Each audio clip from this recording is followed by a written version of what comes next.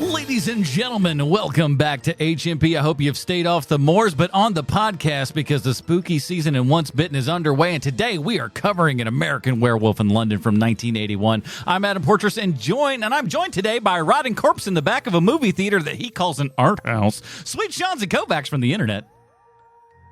Adam, I am so mad at you right now for playing the theme song to our movie that we've been working on, Werewolf in Wisconsin. Ah, darn it.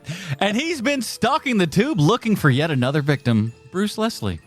I'm a prickly pear, and guys, I learned martial arts from an app. Oh, my word. Ladies and gentlemen, I hope you have got the new app because for the Patreon, have you seen this? Patreon's got a new app out and everything. They've redesigned everything. Update my very, very neglected Patreon. Thank you for mentioning that. Now, the cool part about that is with the Patreon, patreon.com/HMP, we're getting into it right off the bat here, is they got a chat feature and stuff now. So now we have like a literal active chat room and stuff for all the Patreon people and stuff. So we can talk back and forth and all that kind of good stuff. And there's That's other awesome. Neat things in there. That's awesome. Can I take a minute to plug my Patreon? Please do.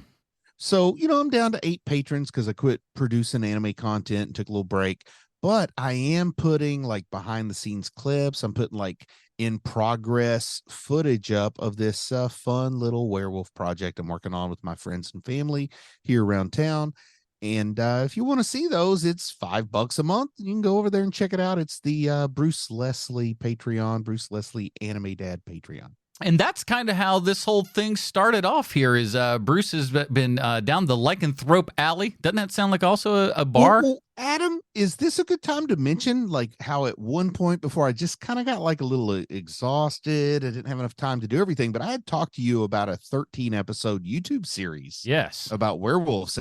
And I took like the keys from what we had talked about programming for that. And that's what I've worked into here. And this is my little substitute for that werewolf video series that I honestly just did not have the time and energy to produce. Well, you also awesome. I would have been terrible. How many did we originally talk about? Like 10 or something? It was a lot. 13. It was 13. Lord of mercy. It was because we're gonna do one a week till Halloween. We had some lofty goals, didn't we? For like half a second. It was just like, oh my Lord, that's actually it was my idea and my idea to kill it. So all the blame goes here. Hey, listen, but as long as it doesn't come back to life and start haunting you in the middle of the night, I think we'll be A-okay because that happened to somebody on today's movie. But before we next year. Before we get into all that, again, be like the supporters that can talk in the chat room and all kinds of stuff now at patreon.com/HMP, pre-show, post-show, dinger zone. And again, we just want to thank all you guys because we talked a lot. We didn't record a lot for the pre and post show because there's a lot of stuff going on. But we just want to let you guys know that we appreciate all of you guys listening every single week. All the reviews and stuff that we've gotten on the iTunes. Every single bit of it matters. Every bit of whether it's $1 all the way on up, or if it's just telling somebody that you know about this show that would like it. That's all it takes. That's all it takes. Just let somebody know about the show. Share it. Support us on Patreon. Whatever you want to do. But just pretend that we might disappear if you don't. That would really help us all out. And again, patreon.com/HMP. So, Bruce, American Werewolf in London is number 2. Now, you chose this one post The Howling, right? Well, I went a little bit chronologically with these two, not chronologically with release date because I really don't know the release dates, but chronologically with when the projects began, pre-production basically, because the famous story we talked about Rick Baker last week going from the other movie to this movie. So the reason I picked this number 2, a little bit of it is chronologically, but we have issues that we'll talk about why are werewolves comedies? How are we going to redefine this genre? Because we have 2 movies in 2 weeks that are trying to redefine it in different ways. And then we're going to move on to something that deals with it a different way next week. But I think this is probably the best name recognition of any werewolf movie in our generation, or at least in mine and Sean's. Yeah, it's just such an amazing name. It's such an amazing title. And the title is also amazing because it's not a perfect title, but it's a perfect title to get you to buy a ticket. And I really look forward to talking about this one. Sean, when was your first viewing of this movie? All of this stuff all comes up at the same time, right? So like I go through once I'm not a sucky baby anymore towards watching movies, like being a scared of movies. It all happens all at the same time. So within like a 3-year period, I see every horror movie I can see, and it's like from 20 to 23. I'm not watching any TV. I'm not doing anything else. I'm just watching movies, and I watched a ton of horror movies because I'd gone my whole life without watching. Yeah, first horror movie I saw in the movie theater was Friday the 13th Part 8, and I was like, I've been scared of that crap. So I started watching a lot of stuff, and I realized, oh, it does get better. That wasn't the peak, because I went in believing the marketing that it was the peak of horror. Yeah. After seeing those episodes of the X-Files where the black ooze is going into people's bodies and like going through their veins and stuff, and it's just so scary at the time. Oh yeah, and anything that was in like that host episode, like that, that's scarier than anything. You've seen at that time. It's so much more frightening to me than anything that Jason can possibly do. Oh yeah, there's this worm man underneath the ground and everything, and he leeches off of people. Like no, I don't want anything to do with this. It's just the worst, man. So good. It's great, but it's because it's the worst. Yes. Exactly. Yeah. I don't think I saw this. I think I mentioned it on the show previous. I didn't watch this until I was about 20. I'd moved to Florida for school and everything, and I didn't really know anybody, but I knew my dad's friend from growing up, and like I'd met him before and stuff, and met his family and all that kind of stuff. And he was like, "Hey, since it's your first week or whatever out here, come on down to the house and stuff. We'll have dinner." And then we ended up watching American Werewolf in London because I was like, "I've never seen that." He's like, "Oh, well, we got to watch this." And it was one of those you're like, "Why did I wait this long to see this?" What an idiot I was for those times. But let's get into it. Here's the IMDb plotline for An American Werewolf in London. As we know, IMDb always 100% correct in everything they say and or do. 2 American college students on a walking tour of Britain are attacked by a werewolf that none of the locals will admit exists. I guess that's not too bad. That's pretty good. IMDb. That's pretty good. That's actually really good for IMDb. For them, yeah it's like at least they got the country of origin right for all that stuff. So that's good. This is written and directed by John Landis. Bruce, again, let me smash into this because I don't have a super long list here, but let me sell everybody on this sucker because it's got everything. We got the Bert and Ernie of horror, and they're traveling abroad. We got the Moors, you better stay off them. A welcoming English pub, a tale of woe, a gruesome attack, 80s hospitals, always looking cheap as hell. Don't know why.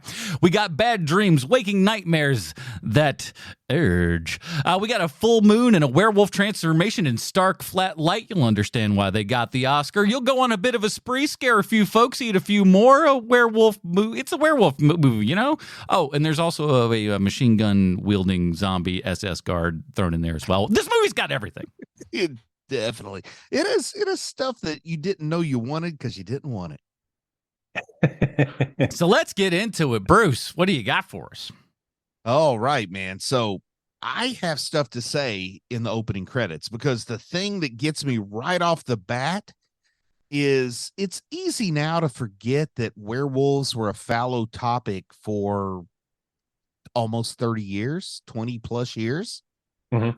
Because when they start, as soon as the movie starts, the very first thing you see is a black screen with white block letters that say Lycanthrope Films Limited Production, which leads you to believe that there's a company that does nothing but make werewolf movies you've never heard of, haven't seen, and can't find. You know what I mean?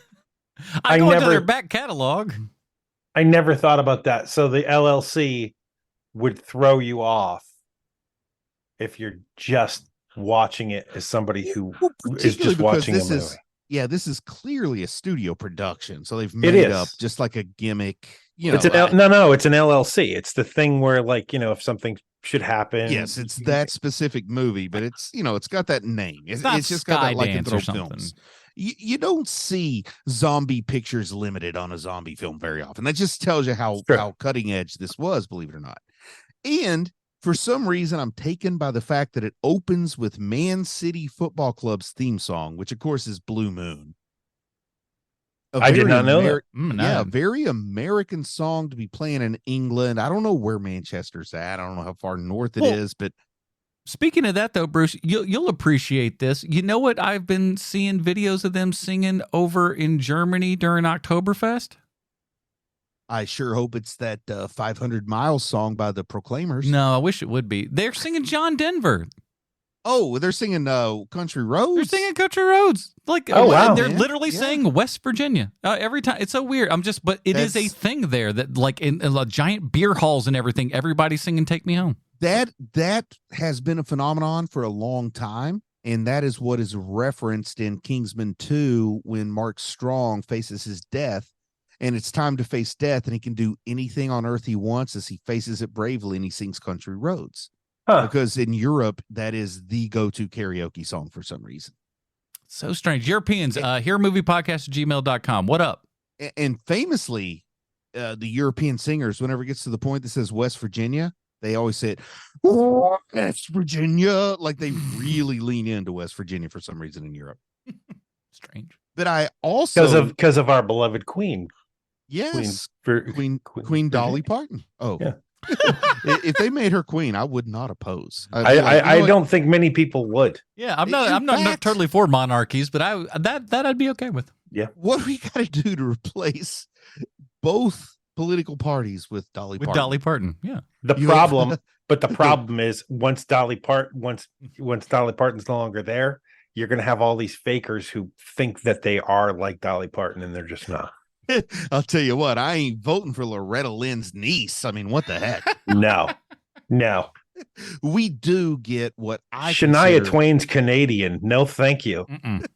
I do get what I do consider some really great shots of the Misty Moors, because as a horror fan going all the way back to something which gets referenced here, The Hound of the Baskervilles by Arthur Conan Doyle.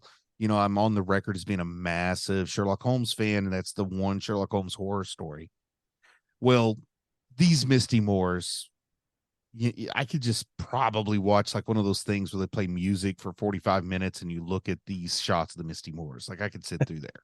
You just got to get that Apple TV and wait till that screensaver come on. I know. Well, I got shocked out of it because I'm enjoying these Misty Moors and I'm liking Blue Moon. Look at this guy over here. And then all of a sudden I see a name in the opening credits that just, it's like pouring ice water over my head while I'm trying to take a nap. John Peters produced this. Yeah, I saw that too. I had never caught that before. Nary a giant spider in this whole thing. Yeah, it's before he had the juice. But everyone's hair is fantastic. That's true. How much you want to bet he betted that nurse lady? I would put good money on it. I would too. I feel like he betted the nurse lady who wasn't as pretty, because I feel like he's the one who preys on insecurities. Man, John Peters has all the cocaine, and keep in mind it's 1981 and he has all the cocaine. Like cocaine is legal and AIDS doesn't exist at this point. It's fine. I'm just saying the traditionally less attractive nurse had a better haircut, and John Peters knows his way around a haircut. The gals on stage that have good hair, that's the one you know John Peters is at. And honestly, I can't think of a better way to introduce a couple of numb knucklehead skull characters than to just show them arriving on the middle of the screen in the center of a truck filled with sheep. Yes, it's not very subtle. It is not a very subtle opener for these two characters. And it's almost as if John Landis is wanting us to think of a wolf in sheep's clothing here, isn't it? No, it's not. Oh, it's not? No, man. It is the sheep going to the slaughter. These are all sheep going to be slaughtered. Yes. Oh. Man, and then wolf in sheep's clothing. And then we go to the slaughtered lamb. It's like, hello, bang. Yeah. I mean, it is so not subtle. It's like, you guys see what I'm doing? It's like Landis almost like poking his head up. All right, the bottom of the camera frame. I think here's where we have our obligatory conversation about John Landis. Mm-hmm. Okay. So. Unproblematic. Agreed. Yeah, exactly. No blemishes, nothing to look at, nothing that you can point at that goes like, maybe not so great. I have Perfect. an obvious hang up with John Landis, which I think prevents me from admitting some really good things about this movie. But this movie is not perfect. No. And for some reason, I'll be pointing out the imperfections more than what's right. But also, I will be visiting this again as we talk about it. But if someone wants to make a werewolf movie, you have to watch this. Yes. Like hands down, you have to watch this. And it's not just because of Rick Baker. I mean, the storytelling, as much as I don't like John Landis, and a lot of why I don't like John Landis is you watch this and it feels tropey as heck because this is where the tropes came from. Yes. Well, But of also at the course, same time, it too, has boobies in it, so I couldn't see it till I'd seen the other stuff. But at the same time, too, if you look at a lot of Landis's stuff, a lot of his things go kind of tropey and things like that. If you look back at like your Schlock, your Kentucky Fried Movies sort of stuff, all these kinds of things. So I want to talk more about John Landis. I've seen this movie. I've seen Kentucky Fried Movie, and I've seen the Thriller music video. Mhm. I've also seen Twilight Zone, the movie. Have You I got- seen anything else by John Landis, do you think? Did you ever go on Captain EO? Never. Okay, then maybe not. That's the only thing I could think of. Yeah. Let me. Okay, so I don't have a big blind spot. No, then. I know the honestly, guy's work. these were his big career works. probably came to an abrupt end for obvious reasons, right? Well, your Blues Brothers, Yes. you know that, of course. Yes. You know your Blues Brothers, so that's He did that's Property enough. Brothers? Blues Brothers. I think our internet's starting Blues to crap Brothers out. actually very, very solid. Sorry. No, but he did a whole bunch of little stuff. Yeah. Things I mean, that you didn't after. see. Yeah, and after what happened on Twilight Zone, it was probably correct for him to step back. Not probably. It was absolutely what needed to happen. I'm surprised that's all that happened. And for better or worse, he was in a position he could afford to step back. Yes, exactly. So there's like he becomes an executive producer on a lot of stuff, which is. Take that as you will. Yeah. Oh boy, we sure are punishing him. He just makes all the money off of this stuff. Yeah, while the other people do all this stuff. So yeah, sure. Yeah, that's and my hangups with John Landis in a totally unfair move, they expand to Max Landis too. So he's got his own issues. Also completely unscathed. It's almost as if growing up completely wealthy from a father who got away with something heinous makes you think you too can get away with something heinous if you would like. But keep off the moors. One of the lines that are so iconic, so classic when you're talking about werewolves.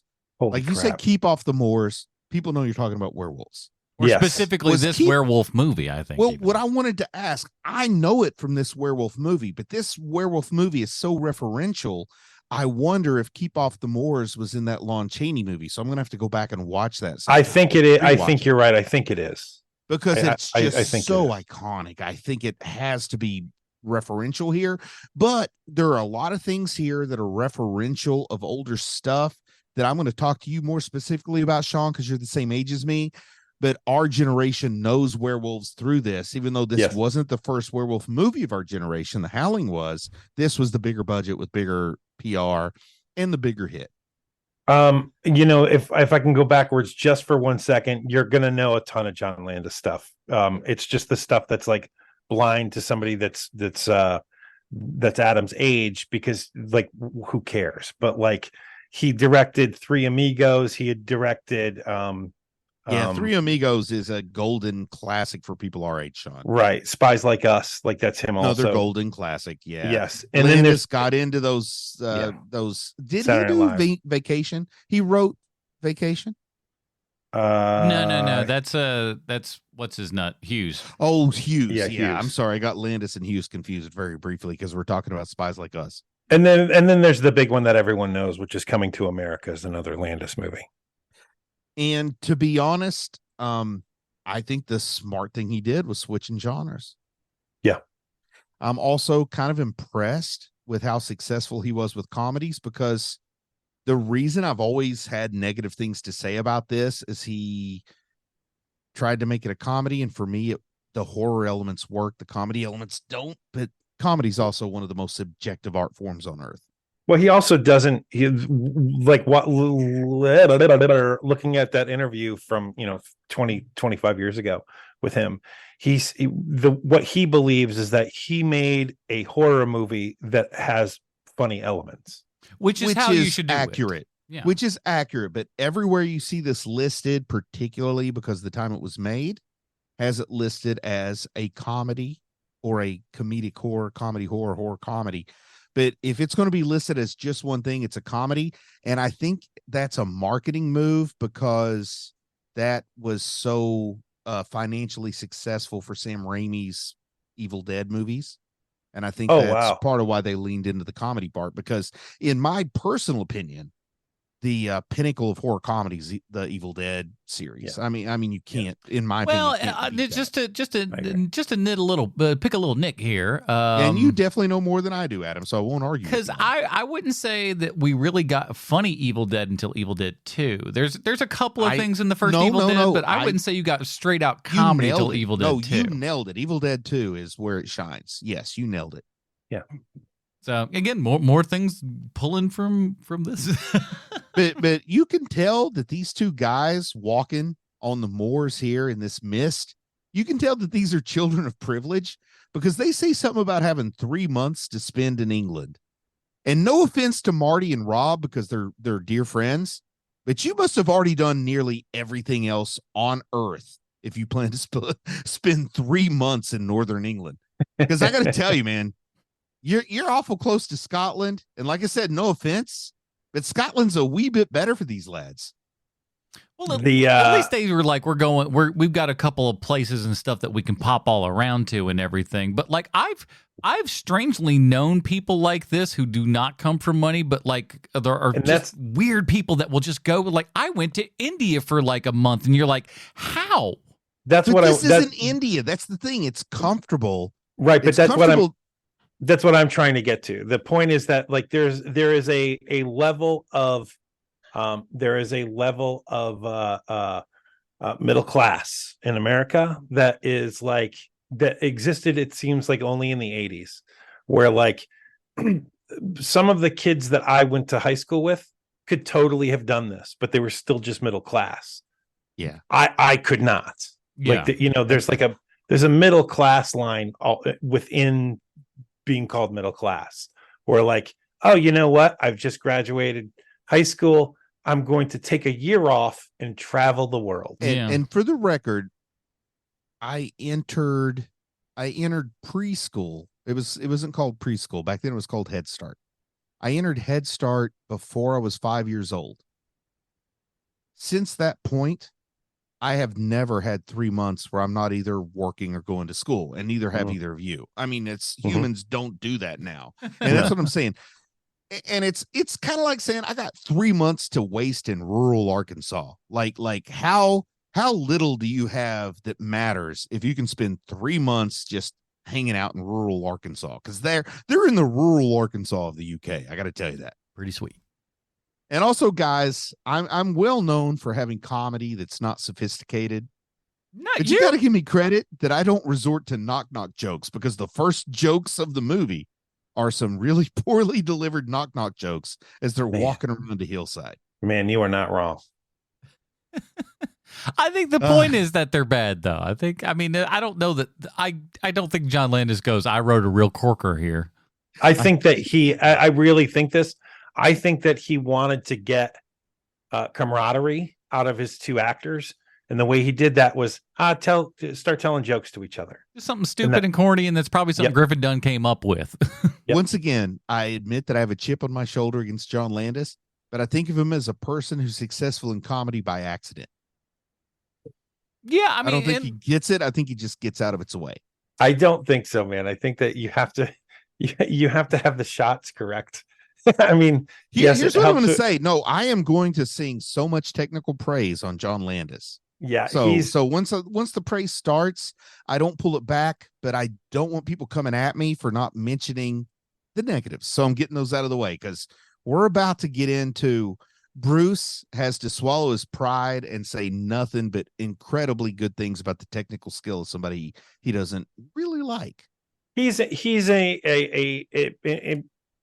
when he's firing on all cylinders, I'll say this. When he's firing on all cylinders, he is a terrific director.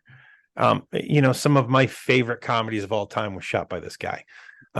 There are moments where it's like I don't know what made him know if you shoot it from this angle, that joke's going to come across better, or like you're conveying information through a shot selection, but he has that.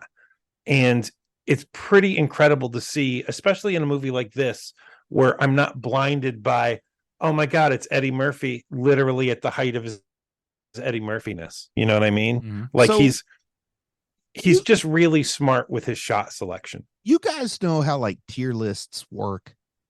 Yeah. Mm-hmm. And like the S tier is that top list, and that's like the people that are beyond being graded, kind of our Carrie Kelly. Yeah. When we're doing our Robin rating. Is that what you think Carrie Kelly is? Yes. Because you've been doing the system wrong if that's what you think Carrie Kelly is. Carrie Kelly is the middle of the road that you admit somebody likes, but you may not necessarily like it. That's a Carrie Kelly. I'm not going to do this too much, but I kind of think I might have invented the Robin rating scale, so you might have misunderstood from the beginning. Anyway, let's go on back. You didn't, but okay. Thankfully, we did it on the air, so we can all listen to it, and who we can all find out who did it. Me or those lying recordings. Me or that freaking internet. I am quite certain. I'm quite certain. Wait! I just found the episode. I'm going to play it right now, guys. Listen. That's not what happened. Oh, did you just hear that? That's pretty good. Wow, I don't know how you I couldn't even remember what we were arguing about, so I couldn't even fake it. That's how bad I am. Anyway, I guess I'm wrong because I don't remember. Oh, Robin rating. Let me replay it. Guys, I've got an idea. We'll call it the Robin rating scale. There you go. Photographic evidence. Well, there you go. If you listen back to the quality of those first couple episodes, you'll hear real well how that sounded exactly like it sounded 8 years ago. No, let me, like a Sean, tell me if this is closer to how I sounded 8 years ago. And now we'll talk about the Robin rating scale. No, as a matter of fact, no, you didn't do that voice by the time we were doing H&P. Yeah, I think I'd smacked it out of you at that point. I don't know how I did it, now, here's what we really have to talk about, guys. We really need to talk about this charming little place called the Slaughtered Lamb. I love this place. This is just pure design and casting gold. Oh my Lord, man. Perfect. So I went to college on a scholarship, and part of my scholarship involved the potential option, which I didn't exercise, but at the time I thought I would, to go study at Oxford. And during the interview, when they talked about what I wanted to do in Oxford, I told them I wanted to find a pub like the Slaughtered Lamb and just hang out. And that impressed them, but I don't think they knew what I meant. But I got the scholarship and didn't go to England. They were like, I'd like to join the crewing team, please. But this pub for me is probably the showcase location for this movie. As far as locations go, this is the one that stuck with me. And if I think of this movie, like it's one of those things where in my mind, this movie is 50% in this pub and the other 50% in the hospital. And I forget all the rest. Comprised of maybe 15 minutes combined for the movie. And I think part of the reason I've never had a good feeling about the comedy in this movie is they follow up the knock knock joke with this whole complicated pentagram leads to a Texas joke. And then we get the remember the Alamo joke that, as far as I know, historically, this might have been the first time it was ever told. But by the time I had seen this movie, I had heard the remember the Alamo joke told about 27,000 different ways. I think you're right. I think that's an old, an oldie but a goodie, or maybe it's not even a goodie. Maybe it's just an oldie. I think it's just an oldie. Yeah, actually, man, what is a goodie? Anyway, it's an oldie, but and them Chuck Berry songs. Yeah, those are old but good. My Dingling. Listen, that is a pretty great song. Listen, I love Swimming that across song. Turtle Creek, snapper snapping all around my feet. All right, for those of you that will not sing. When I was a little bitty boy. My grandma gave me my favorite toy. Okay, so they do name drop Universal Studios here, which if I could only have one cinematic universe, like seriously, I'm not lying. If I was the whole me and Wilson and Tom Hanks are stuck on an island and Tom Hanks dies, what am I going to do for the rest of the time? I would want to watch the really old Universal monster movies because they just influenced so much that came after that. I think it's the thing where every frame has been studied as if it were a portrait. Mm-hmm. And it's just kind of fun to like watch and you get to see history the same way. I mean, it's a more modern medium, so maybe it doesn't have the same generational feeling, but I've been to the Louvre and I've seen the Mona Lisa, and you look at that and I have no idea if the Mona Lisa is any better or worse than an Alex Ross painting. Okay. There's no boobs in that. Did you? Yeah, but when I look at it, I think of I'm not using hyperbole when I say millions of people have stood in that spot and looked at that painting, and you have this weird communal joy that you think, what other than a painting or a statue could cause this kind of thing, so you get washed over with that. And that's the same thing I get when I watch Universal movie monsters or the Universal monster movies. What about you, Adam? If you have one, how did you put it, Bruce? One universe? I said one cinematic universe for lack of a more appropriate term, probably. What are you choosing, Adam? Gosh. Okay. Because I literally have no idea what your answer is. I think Adam chooses Back to the Future. The 3 Back to the Future movies will suit him well. Yeah, honestly, because Back to the Future itself is my desert island movie. Like, if you give me one singular film that that's under your 2-hour mark or whatever that you watch, that would be it for me, because it has a little bit of everything. So yeah, I'll go with that I think it's a solid answer. You got action, you got adventure, you got a little love story, you got some sci-fi stuff in there. You got a Western in the third one. You got all the elements, so you got a lot of variation. The future, the past, the very, very past. So yeah, that'll keep you entertained. Good choice. From the time I was, a little kid watching colorized movies on TBS, the colorized versions of black and white classic movies. The way they should be. Of course, when Frank Sinatra was colorized with brown eyes, of course. But anyway, when I would be watching those, just those classic movies, I would have the thoughts like the 2 most iconic classic movie scenes in my mind of all time are Rhett Butler saying, "Frankly, my dear Scarlett, I don't give a damn," and Dr. Frankenstein screaming, "It's alive." And I recently went back and watched that clip, and we used to do the HMP awards where we give the honorary Bruce Hammy acting award or whatever.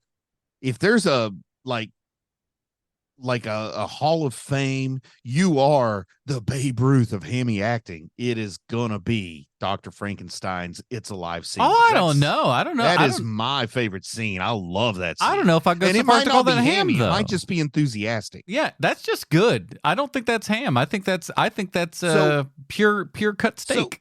So if I'm sitting down making a YouTube video about an action figure and I'm asking one of my kids, "Hey, what do you think about the articulation on this elbow?" I want them to answer me with the "It's Alive" enthusiasm. Like everything I do, famously George Lucas, when he was directing Star Wars, said faster and more intense. That was the only 2 words of direction he gave everybody. Yeah. Well, mine is louder and more gesticulation. That's my direction because I love "It's Alive." Shake across the screen, will you? It's my dream scene. I wish I could go back in time and just be a guy sweeping the floor while that's going on. I'd love to be on a movie set ever in my life, but if I could be on a set where something like that was going on and you see history in the making, that's like being in the stands when Lou Gehrig plays that whatever game it was that broke the record. He says, "I'm the luckiest man on earth," while he's dying from a horrible disease. What'd they call that disease again? I think it was called Babe Ruth's disease. Oh, I'm sorry. Let me look it up, Adam. I've got a medical makes you eat hot dogs uncontrollably. I've got a medical journal, and I'm looking under A, B, C, D's nuts, Adam. Boy, I've lost track. Okay. So I do love how he tells his Alamo joke. The whole place is raucous. And we have what I called Bruce tries to be less of an introvert and more of an extrovert and make a comment to the conversation. The real subtle. And the raucous laughter just stops. I love him when everybody's laughing, everybody's having fun. Like, you're one of us. We're all here. It's okay to say things. What's that on the wall? Leave and die. Listen, there's no better way to turn everything on a dime and then just have everybody just go like, well, that's it. You're all dead now. Sorry. I also love how I'm trying to use my wireless mouse to turn the pages on my legal pad. I really need to figure my brain out. I do like how they tell him, get out of here because you dared to ask an innocent question about something we proudly have displayed on our wall. This is like if you go into Applebee's and they have the picture from when the high school won the state championship in 1989, which is the last time Applebee's had fresh items on their menu. Take that, and Applebee's. You say, hey, what's this? And everybody kicks you out and then causes you to be murdered by a beast. That's what happens here. Like, if you don't want people asking about the pentagram on the wall, guess what? Put a picture over it. You don't even have to paint over it. You put up a poster of Marilyn Monroe. It'd be great. Right? You go into a TGI Fridays and you're like, what's the deal with that ice skate on the wall? And they're like, get the hell out of here. No, they say get out of here. And as you leave, a violent murderer kills you because that's what happens here. You get murdered by Tanya Harding. Like the barmaid says, if they leave, they'll be violently murdered. And they say they got it coming to them for asking an innocent question. They came out here. How dare they? I don't know if English people are like this, but if they are, they absolutely rock. And I want to live in England because I hate humanity. They got a general disdain, I think. But after they leave the pub, my autocorrect doesn't even work when I'm writing by hand because I put after they leave the hub, and they're not in a hub, they're in a pub. But we get this blue moon establishing shot, which is so iconic that I would have thought they ripped this off from a Saturday Night Live skit and put it in here. You know what I mean? Like, if you're doing a Saturday Night Live skit with a werewolf, you show the blue moon with the clouds going in it. And I had a moon scene in this little stupid video that I'm making. And I intentionally picked a blood moon that was red because I did not want to get a copyright strike because people thought I ripped off the moon from this movie. That's how iconic the blue moon is here, with, the blue moon song being kind of the theme song of the movie. More or less, I would say. There is a Saturday Night Live sketch where there's a werewolf transformation. Only the actor keeps having to put the prosthetics on himself. I love it. I want to say, I think it's even Michael J. Fox who does it. And he's like, oh my God, I'm changing. And then they cut back to the other actress, like in the set, in the sketch. And then it comes back to Michael J. Fox and he's got a little bit more hair on. It's pretty amazing. I might be remembering the wrong actor, but that's definitely the bit of the sketch.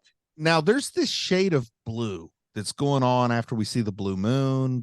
The boys, I'm going to call them boys. They're in their 20s, but to me, they're boys. But they're walking down the little abandoned road. We've got this blue shade over this color coding, this color correction.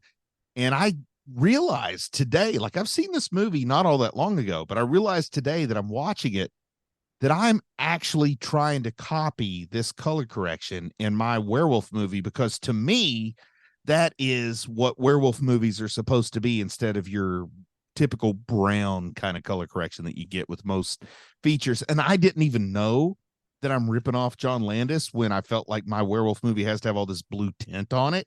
And then I'm watching this, I'm like, oh my goodness, this movie that I kind of like to make a point of saying is not the greatest werewolf movie, like people say, is probably the only movie I'm ripping off when I make my silly video. It's tough to do something that is as iconic as this, because then that becomes the norm. And I do have some comments about that later in my notes. But seriously, it seems like all it takes is just a little bit of rain, and these two nutsacks do the exact opposite of keeping off the moors. And I like it because it starts raining, They go off the road, go onto the moor, but I can't see that there's any less rain involved in the path they're choosing. Now, I imagine they're cutting corners. You know what I mean? Like you're cutting corners because you follow the road. It takes this big curve and then switches back. So you're cutting across the moor to get there. And they're also pissed off at all the people who just kicked them out of the bar, who kept telling them stay off the moors. They're like, oh, really? Well, then I'm definitely going over the moors now. Well, the thing is, there's a point where one of the guys realizes they're off the moors and he kind of acts worried. Yeah. So it's almost like that a temporary lapse in judgment before they kept off the moors or failed to keep off the moors. But you guys may be surprised, but once they go on to the moors, we're 16 minutes in. I paused it and checks the time. We're 16 minutes in and we get the inciting wolf attacks. And I got to say that this too influenced me very much. And I didn't realize it. But the scene with the wolf attack doesn't actually have a whole lot of like biting and scratching. This is a really budget conscious but well shot scene that between, I imagine, Landis shot the scene and Rick Baker making the most out of a little bit of blood. But you have a guy laying on the ground and screaming while there's some blood thrown here and there, but there's not actually that much gore until after the fact. And then I go back and I kind of watch the 2 kill scenes that I've tried to shoot. And once again, this movie that I claim is not as good as Wolfen, I'm kind of trying my best to do this. Well, I didn't even know this is what I'm doing. Well, I mean, I'm going to guess this. This is just a guess here. Yeah. That when we watch Wolfen next week, because when's the last time you watched that movie? I was about 12. So I think you're going to watch Wolfen. I think you're going to watch Wolfen and you're going to be like, oh, I was mistaken. What a dumb child I was. Well, because this movie is just so well made. I mean, it's the reason why both Adam and myself were like, no, you're wrong. No. This movie is a technical accomplishment. Yes. But we'll get more into what I enjoy. Right. So it's like one of those things where I totally know that what I should do and what I want to do aren't the same thing. Right. This movie is an example of what I should do, whereas other movies are what I want to do. You Kill know what I mean? Han Solo? I do. So Adam, that dude who is in the pub, the one who warns them, outside. Yeah, the old guy. Is that the same dude from Pirates of the Caribbean and Gladiator? That's the same guy, right? I don't think so. He's just like 30 years younger. I don't even know the guy. I don't know off the top of my head. I'm going to be completely honest. I'd be flat-footed.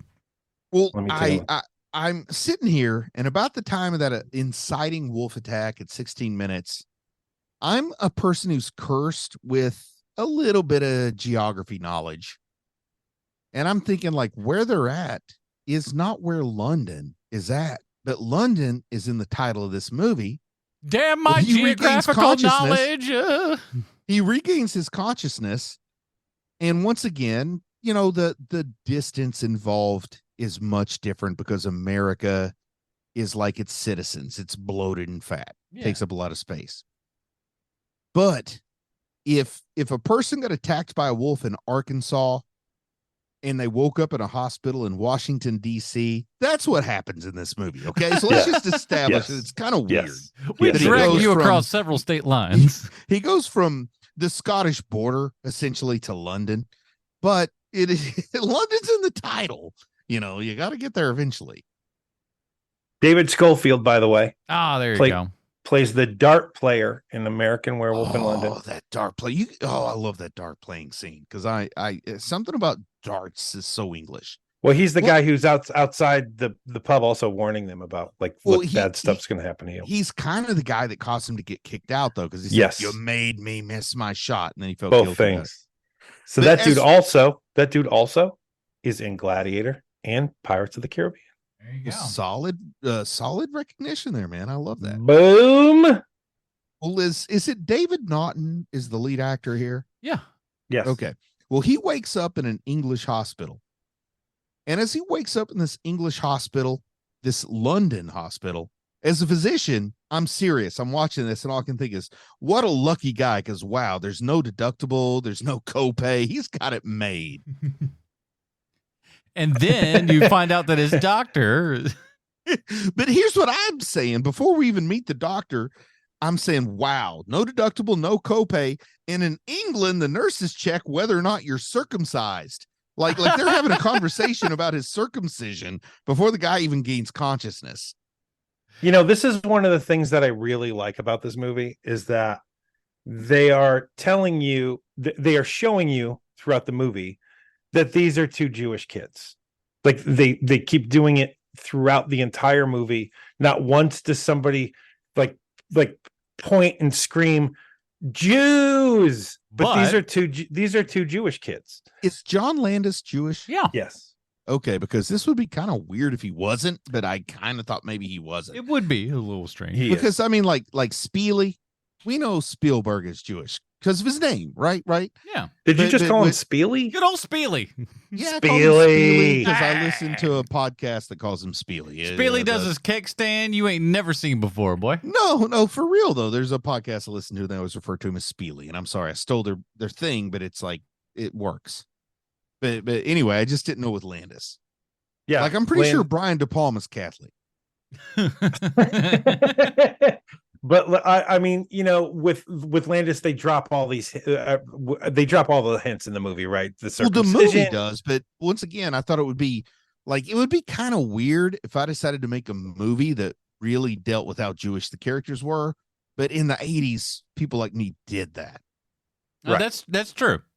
Like I was watching a thing about Family Matters, like talking about the first season and stuff being written by like an all-white Jewish writing room and everything. Yeah. Aunt Rachel comes in and says "Oy vey," and you're like, don't know that a black family in Chicago is going to be coming in saying "Oy vey." Man, one time I made an "Oy vey" joke one time online. I'll never do it again.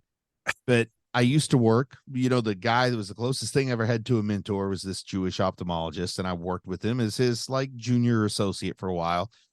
And one of the patients asked me if I was Jewish, and I said, no, I'm not. And then I post online, like today, somebody asked me if I was Jewish, and I'm not, and I have no idea why they asked it. Oy vey. Right? Like, I thought that was a good joke. It's not horrible. I mean, I did think it was offensive. How about that?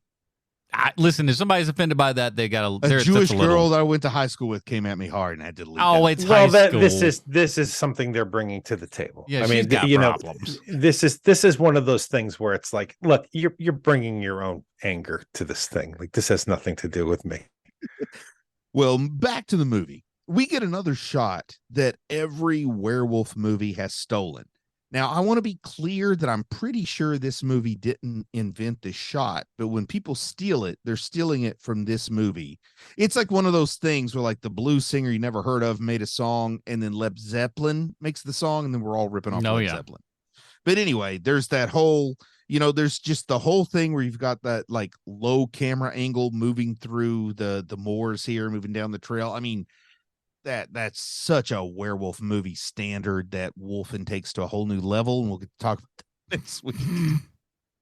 If I remember correctly, I might be thinking of the wrong movie. He's thinking of Evil Dead. That's the best part of it. Wouldn't it be funny if we watch Wolfen next week and I realize I've never seen this movie before? That would be. What I saw was a movie called like Wolfie. Like that has happened to me in my life. But I do got to say, in the hospital, that the guy from the American Embassy looks like the biggest goober.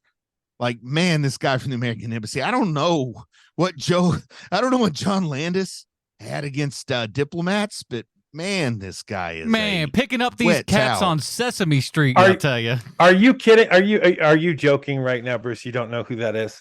I do not know who that is. That's Frank Oz, my man. Oh man! Did you think like Yoda when he talks? That Fozzie Bear doctor that you heard in there going Yeah. Yes, that is Frank Oz. Well, I like it that Scotland Yard comes to town, and they do this thing where we got like serious cop. They do the thing where you kind of got like Enos and Roscoe, except Enos is in charge and Roscoe's the deputy. You know, because on Dukes of Hazzard, like Enos was by the book and Roscoe was the lunatic. Well, here they've got the Scotland Yard inspector who seems to have his act together and the guy that's knocking over pans and saying the wrong thing. No. And I know it's supposed to be funny, but to me, it comes across as obnoxious. What do you guys think about the Scotland Yard guys? Like it's like they're so. It's such a small part of the film that like it hardly For a even minute, I thought it was registers. muted. I was like really worried. No, there's a little internet lag thing, but we're good. Yeah, I'm so indifferent towards these two. It doesn't matter. Well, I want to talk about something you're definitely not indifferent about. If a naked guy eating a deer is your thing, you're in luck because this movie's got it. Man, this is probably like S tier for you. It's not S tier because there is no way in heck I would ever be willing to get naked on camera. So this is a non-starter for me. Well, listen, everybody can be Pride. But we do get to meet somebody that I think Sean would call a little stinker. Sean, do you know who I'm talking about when I say we get to meet a little stinker? I don't. So there's the Indian kid who only says no.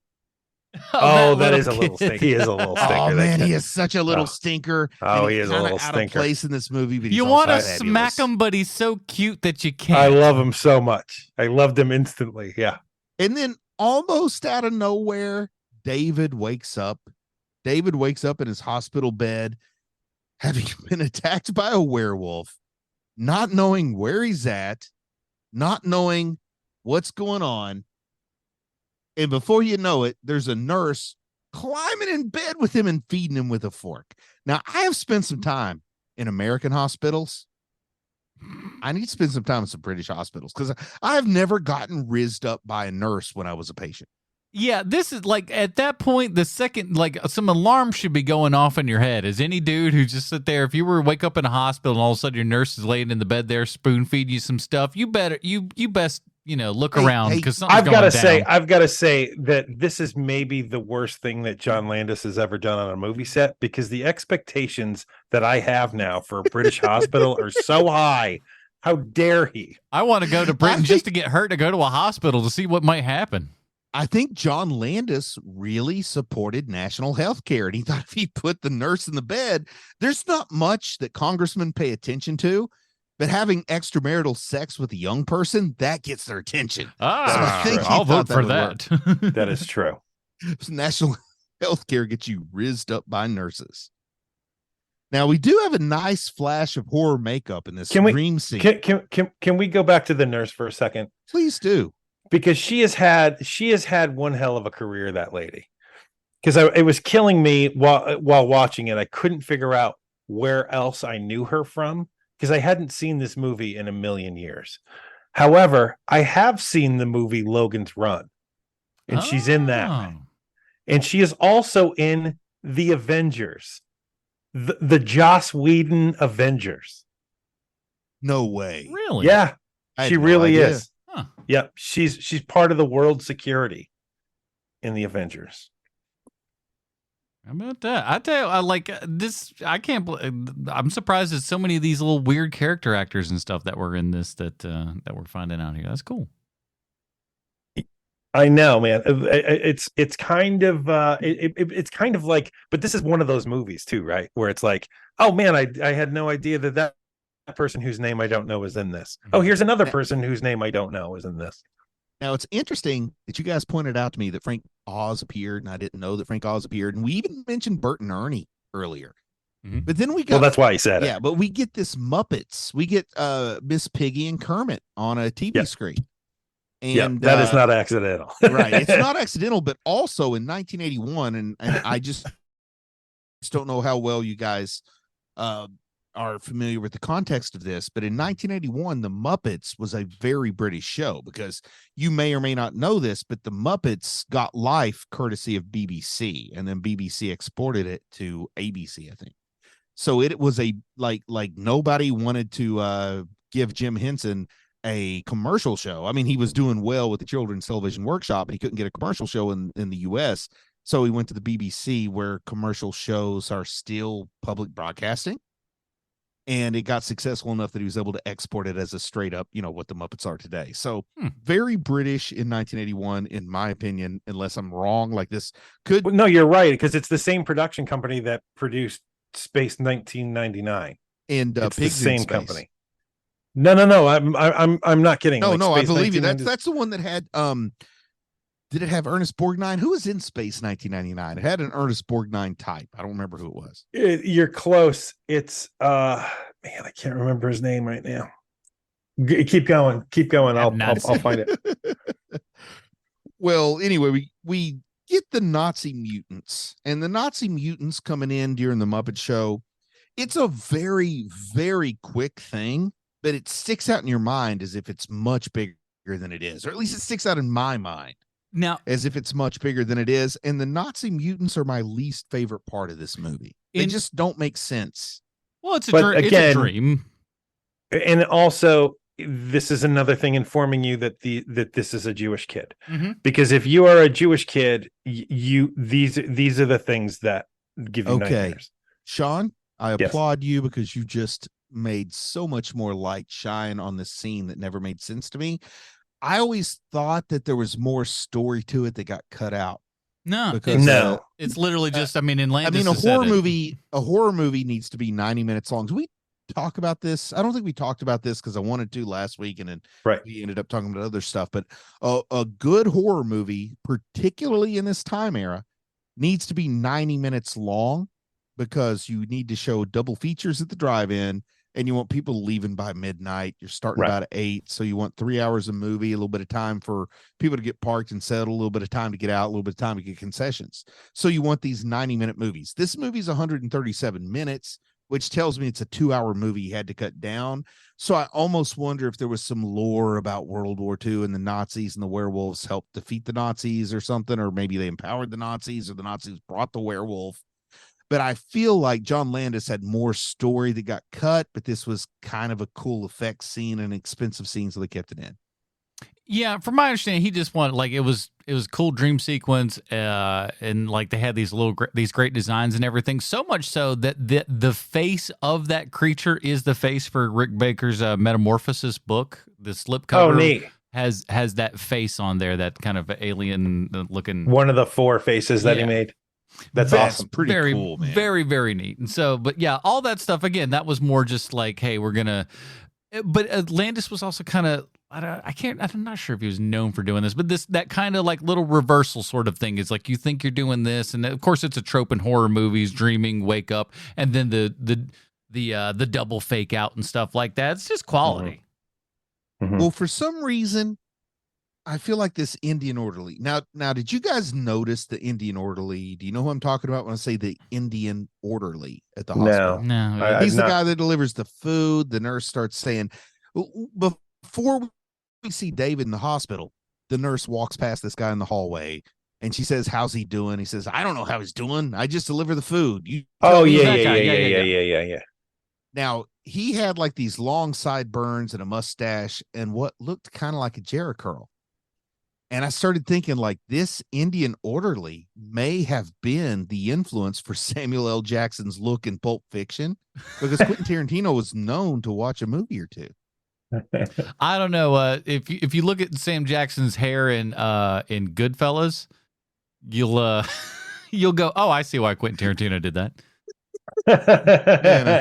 Yeah, I can see that. Now, I personally think the gore effects here stand out more than the wolf effects, because we get the gore effects earlier. I really think Rick Baker was a bit more comfortable with zombie effects at this point, because zombie movies had been hot for a while. Werewolf movies had been on the back burner. I think Rick Baker was probably rolling into it. But his big thing at that point, showing up with this awesome zombie makeup. Hold on a second. Adam, go ahead. His thing actually, like, really, what up until this point, his big claim to fame, like, he had a bunch of stuff, of course, but like one thing that he was really known for and continued to be known for throughout his career is all of the ape stuff. He did Yeah. so much monkey stuff from everything from your Harry and the Hendersons all the way to the new Planet of the Apes and stuff, back to Schlock with Landis and everything.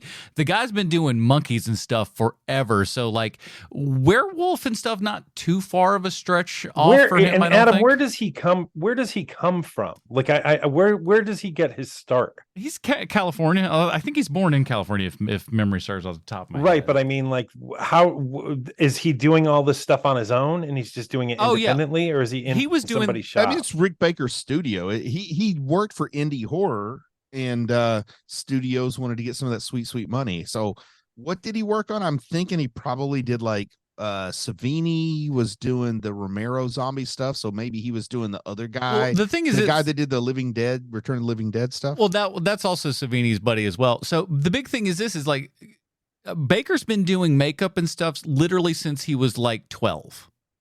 Or even younger than that. So like he's like got this giant reputation, like starting off as a kid. I forget the first big thing that he was doing and stuff. But like I know he was born. I'm just looking at Wikipedia. I'm trying to see. He was born in 1950.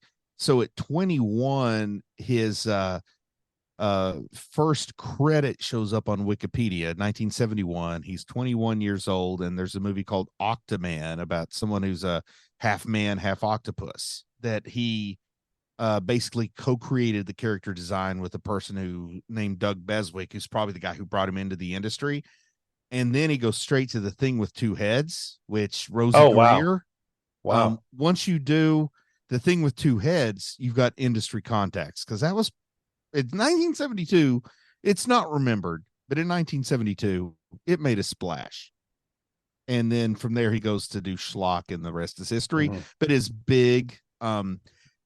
big learning role, from what I understand, is The Exorcist. Oh, and you're working with Dick work Smith on The there. Exorcist, you learn a lot. What'd you say, Adam? That's when you're working with Dick Smith. And like, and Dick Smith is one of those guys who is just one of the pioneers of special effects, horror makeup and stuff like that. See. That is your Savini connection that you were talking about there as well. I see. And everybody learned from Dick Smith, really. He's really the pioneer Now, for.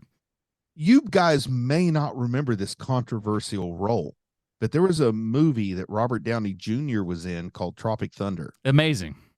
I don't remember. Rick Baker gets the credit for painting his face black in the last socially acceptable blackface role on Earth. It is such an unbelievably good job. It's so good. And painting his face black? Yeah. It looked black. I agree. It's not Soul Man good, but it's good. It's not Norbit effects, because he also did the effects on Norbit. Did he really? Yeah, good. he did. Yes. Yeah, he did. And you know what? Man, I hope he made more awesome. money than Eddie Murphy in that movie, because He he was doing way more hard work. He made so much money on all of those things, but that's that, and he's that's why he's Adam that's why he sent me retired. a picture of Octoman. It's awesome. It is good. That's why he retired at like 60 years old, because he's just like, I've done it. I'm good. Thank you. And he's still doing uncredited work in 2006 when he works with Adam Sandler on Click. Listen, Click had some good makeups in it. Yeah. It's not a good movie, but it had some good makeups.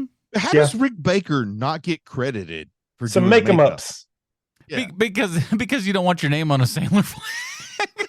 Yeah, I get that, man. I mean, come on. He did let him put his name on Tron Legacy, though. Yeah, well, that's a beautiful movie. Yeah, at least that looks good. That movie is gorgeous. Oh, wow. You guys may have known this when you were talking about it, but I didn't. But bringing things back full circle, Rick Baker did the makeup and hair for a movie called Ed Wood. Yeah. Big, yeah. Nice. Him and Burton, big buddies. So, I mean, there's good reason for it. I just learned something I never knew before. He did makeup on Star Wars. Mm-hmm. Wow. Hey, the guy's got a career. Yeah. Listen, a lot of these guys, like Mick Garris worked on Star Wars. He might be all right with his 8,000 Oscars.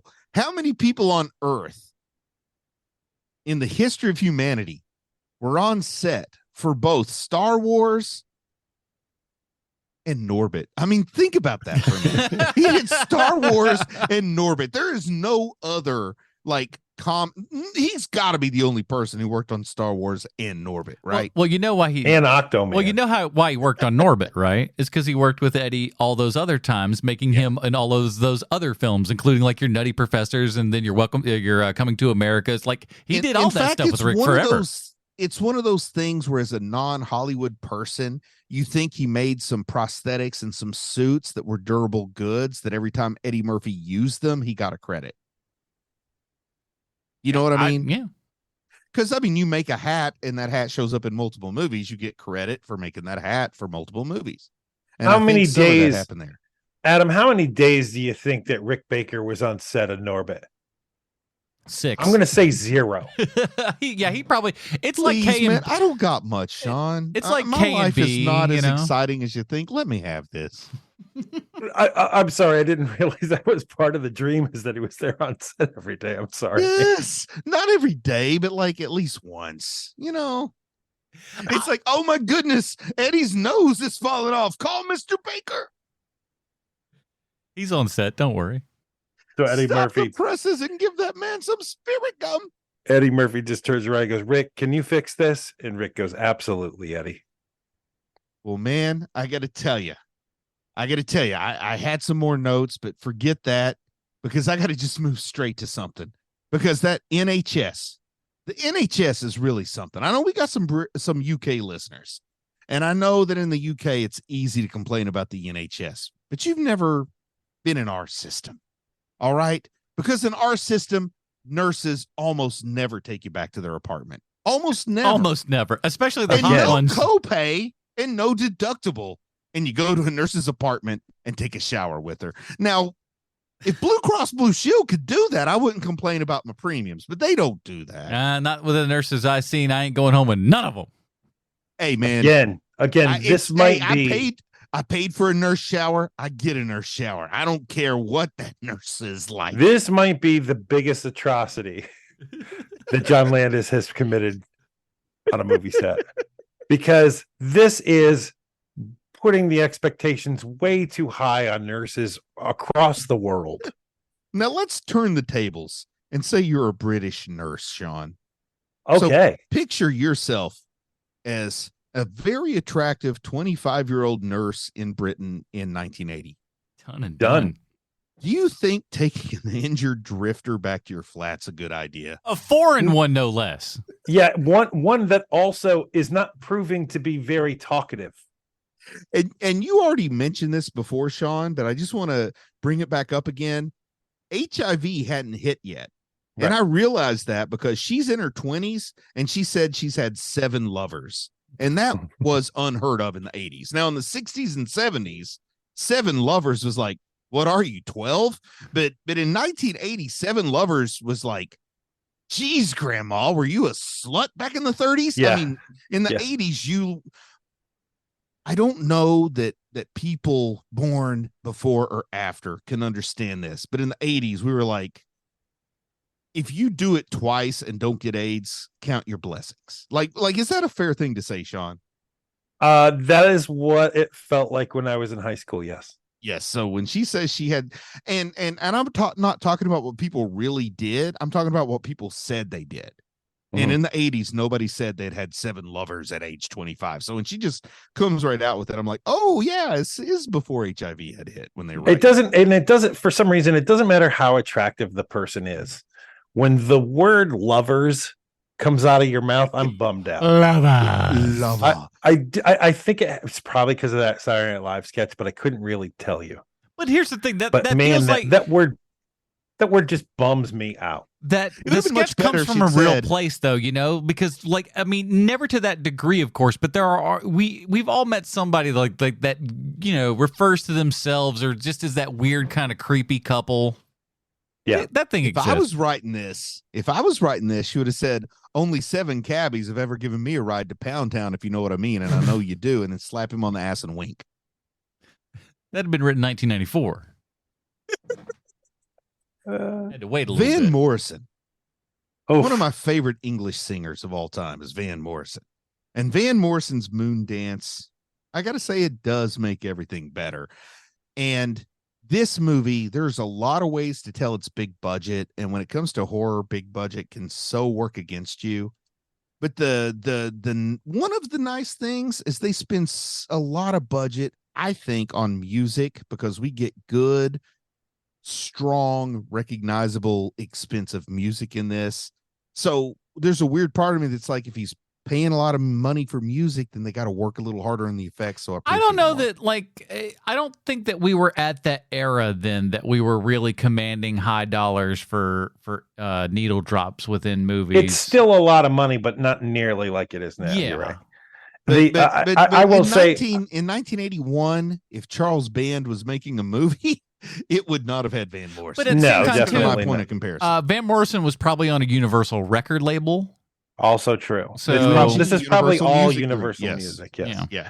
But I gotta say that, you know, like when I first saw this movie, I hadn't listened to classic rock every day for 30 years, the same 20 songs. And so the first time I saw this movie, I was not nearly as jaded as the Sean that watched the movie this week, where the needle drops are like, you gotta be kidding me. like where I realized this is new to this format, and these songs hadn't been played for 50 years by baby boomers every single day, absolutely ruining all of these songs. I understand that. But as I'm watching this movie this week, I'm like, you got to be kidding me with this. Like, it takes me out because I hate the soundtrack so much. One thing we have to remember is in 1981, having Van Morrison's Moon Dance in your movie would be like a 2023 movie having Justin Timberlake's Sexy Back. Like, it's old. But no, I know. I know. I understand that. I'm saying that I can contextualize that this is a great soundtrack when you haven't heard these songs every day in, like, you know, Capri Sun commercials and trying to sell you Chevys and Fords. And then it's also on the radio when you're going through the construction zone. Like, it's literally everywhere all the time, always. And this movie does have that there's a little something to it where you're afraid it can just go on the nose. Mm-hmm. So I kept waiting because I didn't remember all the music as well as maybe I could have. I kept waiting for that Werewolves of London song to start playing, and I was so glad it didn't, because that would have just been like, it would have been too perfect. You know what I mean? thought I remembered hearing it in this movie. So when it didn't show up, I was like, all right, 1 point. I take away one Robin rating for every Warren Zevon song that plays. I think that the medicine cabinet jump scare, because we get what I consider another classic iconic jump scare, is this medicine cabinet. He's looking in the medicine cabinet. He closes it, and the mirror is his dead zombie friend, and he jumps. Mm-hmm. And man, I remember, this is weird, but I saw this movie in a drive-in, but not like when I was supposed to be seeing it at a drive-in. So when I'll go into that story later, but anyway, when the jump scare happens, I snuck in the trunk of a car. When the jump scare happens, I'm not supposed to be there, but people realize I'm there when that medicine cabinet jump scare happens. So it's pretty iconic. The only movie jump scare that I would say surpasses this is Brian De Palma's Carrie jump scare at the end with the hand coming up out of the grave. That's probably the king of horror movie jump scares. But I never quite have in my life understood how camera operators get such good mirror shots in a lot of movies that I watch. So when I see this mirror shot, I love it. Because the mirrors are on a gimbal. I don't understand that stuff. You know what I mean? Like that stuff I don't know yet. Okay. Movie magic is always the answer. Like, I just don't know how they get these shots in movies without the camera showing up in the mirror the way that they get these great angles. Yeah, today Darren Aronofsky just sees CGI's them out. Well, that's probably what happens now, but that didn't happen in 1981. Oh no. When Jack shows up in that mirror and you see the decomposition happening to this character, yeah, it's one of those things where I was like, oh, good on you, movie. Like, you're telling a story just through special effects right now. You're telling a story. Like, that's how you know that they're really doing a good job. And I gotta say, it's yet another thing. It's yet another bit of storytelling where these are two Jewish kids because Jack keeps calling David a putz, or he calls him a putz. He calls him. There's another a schlep or something. He uses like another word, schlep or schlock. Schlemiel? No, he doesn't use schlemiel because that's Laverne and Shirley. That's all I'm thinking of. So sorry. That's the Werewolf in Wisconsin. Laverne and Shirley were in. Oh, right. Yeah, can we have a meeting on that? I'd like to kind of go with Wisconsin Werewolf. I'm fine with that. How about this Wisconsin Werewolf Fighter? I don't know if he needs It'll to. Why never is he work. fighting? Oh, rats. Too violent for the kids. This movies are going to have way too much violence as it is. Let's be frank. Now, sometimes when you're sitting in a room full of hammers, like your life is just like, man, I got hammers everywhere. My life is so full of hammers. All the problems you see start looking like nails because you got all these hammers. Oh, I thought you were going to Alanis Morissette on that one. Yeah. I got 10,000 hammers and all I need is a fork. Here comes his pocket. Which isn't ironic. It's just unfortunate, but she doesn't understand vocabulary. Anyway, we get this conflict. This conflict is introduced pretty early on. You have to kill yourself so you don't kill other people. But then we also have like, this is my dead friend talking to me. It's clearly hallucination, but he gives almost a rational explanation that like anyone killed by a werewolf becomes undead until the werewolf dies, but he's also like this whole movie until the very end, I think is trying to play the game of, is he a werewolf or is he crazy? Yeah. And then the very end makes it clear. I think the title betrays that. The title, if he were just crazy, I would want my money back. I mean, of course the title betrays that, but I think that is one of those werewolf tropes now that in a lot of movies they do try to play with. Are you a werewolf or are you insane? There was an incredible EC comic where a guy, because one of the beautiful things about werewolf lore is when you become a werewolf, it's like having a seizure. A lot of people think it's based on people with seizure disorders with epilepsy. But when you become a werewolf, you have an episode that you have no memory of. So the deal is there was this awesome EC comics where everywhere this guy moved, people kept getting killed by a werewolf. He was convinced he was a werewolf. Finally, he jumped out of the window and killed himself, or he did something to kill himself so he wouldn't hurt other people.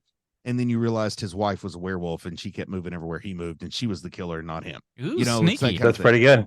Yeah, so werewolf movies and werewolf literature, it always plays with the fact that you don't really know. Werewolf lore, back to its very beginning, deals with mental illness, dissociation, multiple personality disorder, bipolar disorder. It deals with rage control issues. It deals with so many things where it's like, there's this good person that I am 29 days a month, and then when the moon is out, I become a lunatic. You guys understand that the word lunatic, Luna, means moon, we've all been married before. Yeah, so but I mean, it's human nature, and that all comes out here, and they paint it beautifully. And then it starts to get where the way to deal with it is you have to kill yourself, and the biggest cause of mortality in people with mental illness is suicide. And this whole movie is a guy dealing with suicidal ideation. It makes me But that isn't what this movie is. This movie is an allegory for boners. No, this movie is an allegory for boners. I think, once again, I'm in a room full of hammers right now. Right. All right. I'm in a room full of hammers. This movie looks like a nail. But if you wanted to study this as a perspective of an artist coming to terms with his suicidal ideation, you could discuss this movie in that context. Sure. Now, I don't know if you're familiar with this concept or not, Sean, but I know that you are, Adam, because you used to do a podcast with Matt Smith, who constantly, I won't say constantly, but he made a very valid academic point that authorial intent has nothing to do with the meaning of their art. Right. Yeah. So if John Landis meant this to be a boner movie, that doesn't mean it's not actually a movie about suicidal ideation and dealing with it. Well, you're right. It could be both of those things, but I mean, or it could be neither. You know what I mean? This is totally a movie about boners, though. Well, boners pop up because they're trying to make people Hey, laugh. good whimpers. Yeah, but I'm a person who will talk about suicidal ideas and then realize, oh crap, they're paying too much attention to me and make a boner joke so they think I'm being silly when I actually am not. Okay, Right. and I see some of that here. But Okay. just like The Howling and Joe Dante, American Werewolf in London and Landis, well, they pay their respects to the original werewolf movie, you know, that old the Werewolf, you know, the Wolfman, actually, not the Werewolf. The Werewolf, a great movie, but the Wolfman more iconic. But the paying homage to it is so much more overt here than it is in The Howling, and I appreciate that quite a bit. And they also both have these different attempts at merging genres, because monster movies from the Universal era were their own genre and they had gotten lost and forgotten. And it's just like people who grew up in the 90s want to bring back Ren and Stimpy, you know, people that grew up in the 60s want to bring back those monster movies they saw on TV after school. That's so they're all another creator, totally unproblematic. Nothing wrong The Ren at and all. Stimpy creator. John one Kay, of the no problems there. Ren and Stimpy, two creators, one problematic, one not. Bob Camp, I actually got to spend some time with in Canada. He's a good guy. So I'm defending Bob Camp. You're in the There Bob you Camp go. camp? Yeah, Bob Camp actually is not the one who had problems. Hey, what if can we go backwards for a second here, because we were talking about talking about creator intent, right? When it comes to their movies, I like authorial intent, but yes, it immediately made me think of think of the, like, what if Tarantino doesn't know he has a foot thing? Well, I bet you he would deny having a foot thing. Oh no, he talks about it. He's cool with that all the time. He's just like, Most listen, people everybody don't knows my admit their stuff. Okay. things. I just like a wonderful moment where, like, he's watching, you know, some review on TV somewhere, and the person's like, and here's Tarantino again with his foot thing. He's like, foot thing? I do what? What now? Oh, so funny. It's a good frame. What do you? Look, oh my God. I'm a storyteller. What tells a story more than someone's oh my God, I do. I think this says more about you than it does about me. I do love how movies made by people like Joe Dante and people like John Landis here, they say, man, we have to take this movie we loved as a child and totally reinterpret it for a new audience, so all the other people our age who loved it as a child will still love it. Like they really are trying to move things forward. And I admire that as an artist, but also they could have just made what they wanted and the same people would have seen it. It just wouldn't have had the legacy it has now. But I do love that Dante and his production, you know, I don't know how much was Dante, how much was somebody else, but Dante's production is like slashers. We're going to redefine the monster movie so that a new generation will watch it and they make it a slasher. Landis's idea is we're going to make it a comedy. Personally, when I talk about The Howling and American Werewolf in London, American Werewolf in London is clearly the movie you can learn more from. But I think The Howling was probably more successful in making a movie that I have fun watching. That you specifically have fun watching? That me specifically have fun watching. Part of that is probably because I can't help but study American Werewolf in London. And The Howling, I am just escaping the world, and, you know, I'm watching Slim Pickens be goofy. I'm watching Dick Miller. I'm just turning my brain off when I watch The Howling. This is literally our taste preference, Bruce, because the Howling is a good movie. I like The Howling, but it's also so slow, and it's very, like, I'm on my phone like throughout 60% of that movie, whereas with this movie, it was such a quick watch for me, and not that, like, it's not slow in parts, because it is. But the slow parts are so much smaller than the slow parts in The Howling. And I think the comedy probably has something to do with that.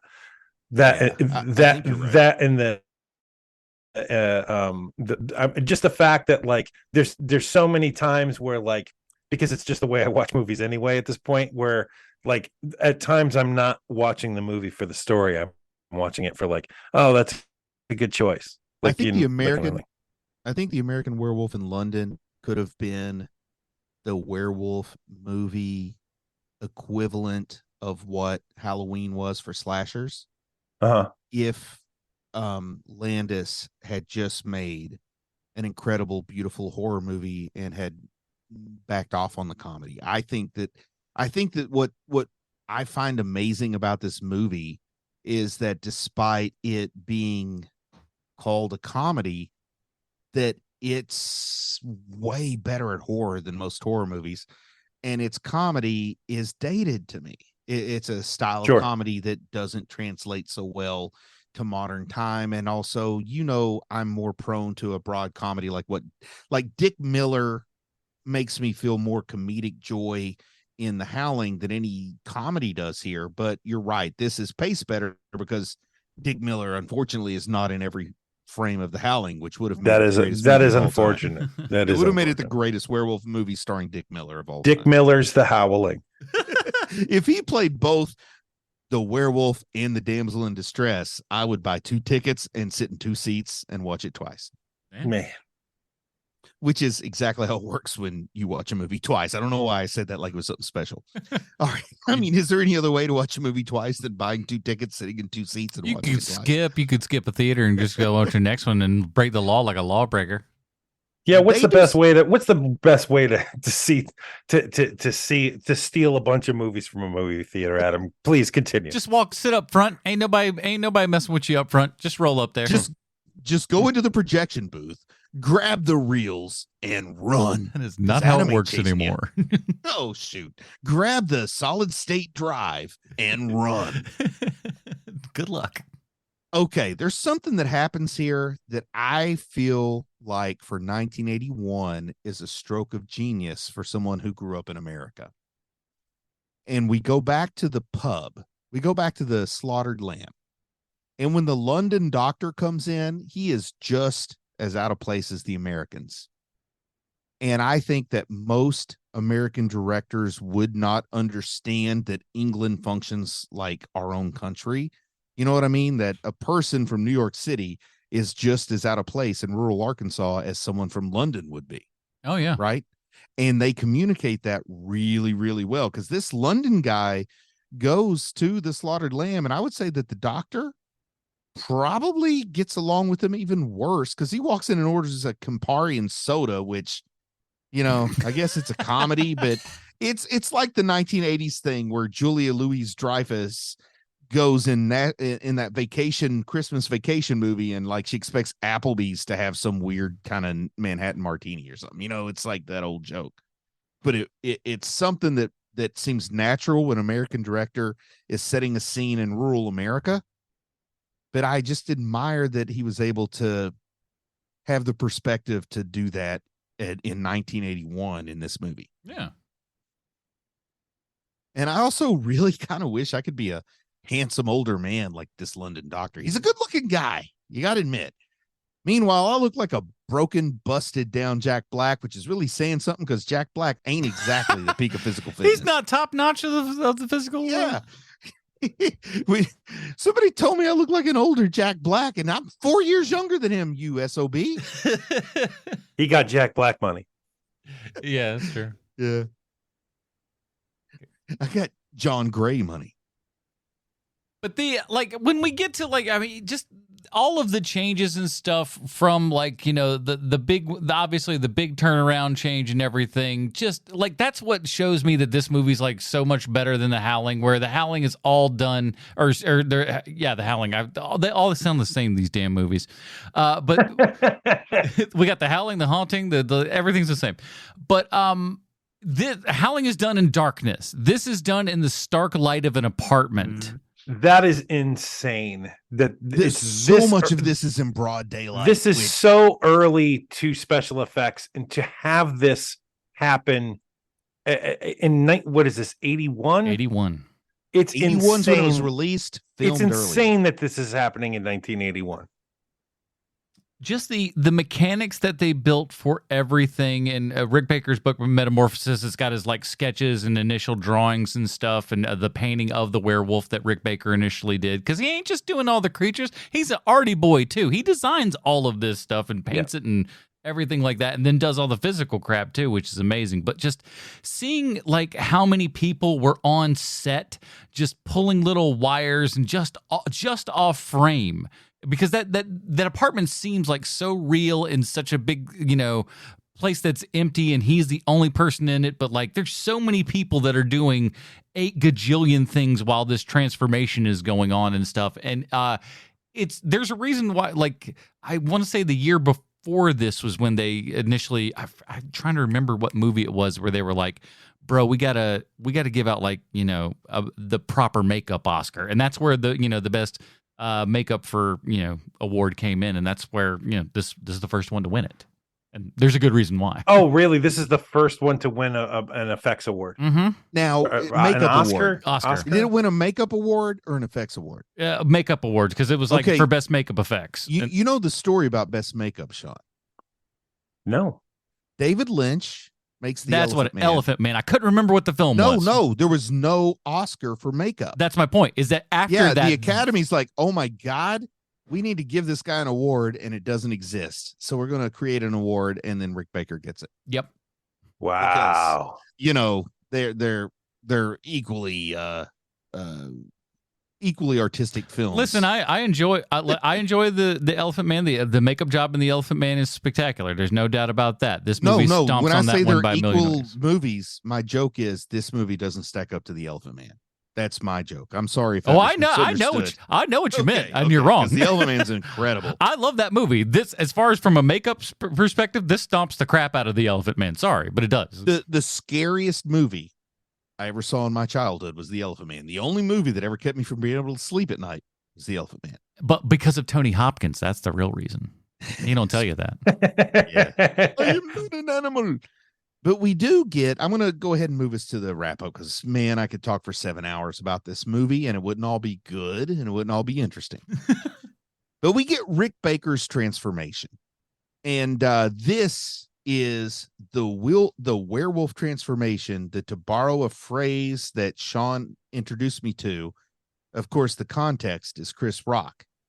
But this werewolf transformation, Sean, killed the bit, right? I mean, after this, if you're going to do a werewolf transformation, you had 2 choices. Do your best to copy this or do it off screen. And there was no in between. It literally killed the bit. This is the werewolf transformation. And it almost even really killed it for Rick Baker in and of itself, too. Because if you look through Baker's history, one of the last films that he ended up doing was, I think it was The Wolfman with Benicio del Toro, where they were wow, really? He did do that, yes. The thought process is we're going to kind of combine the two, the old school and the new school, with some CGI with along with practical effects and everything. And like the thought process from everybody was like, oh, this sounds like a recipe for success. You got one of the best makeup guys ever, and then you can, if you smartly introduce some digital stuff in there, we might have a werewolf transformation for the ages. This might be the 21st century, but no, it wasn't. It was kind of a crappy one, and that whole movie stunk to high heaven, so we don't speak of it much.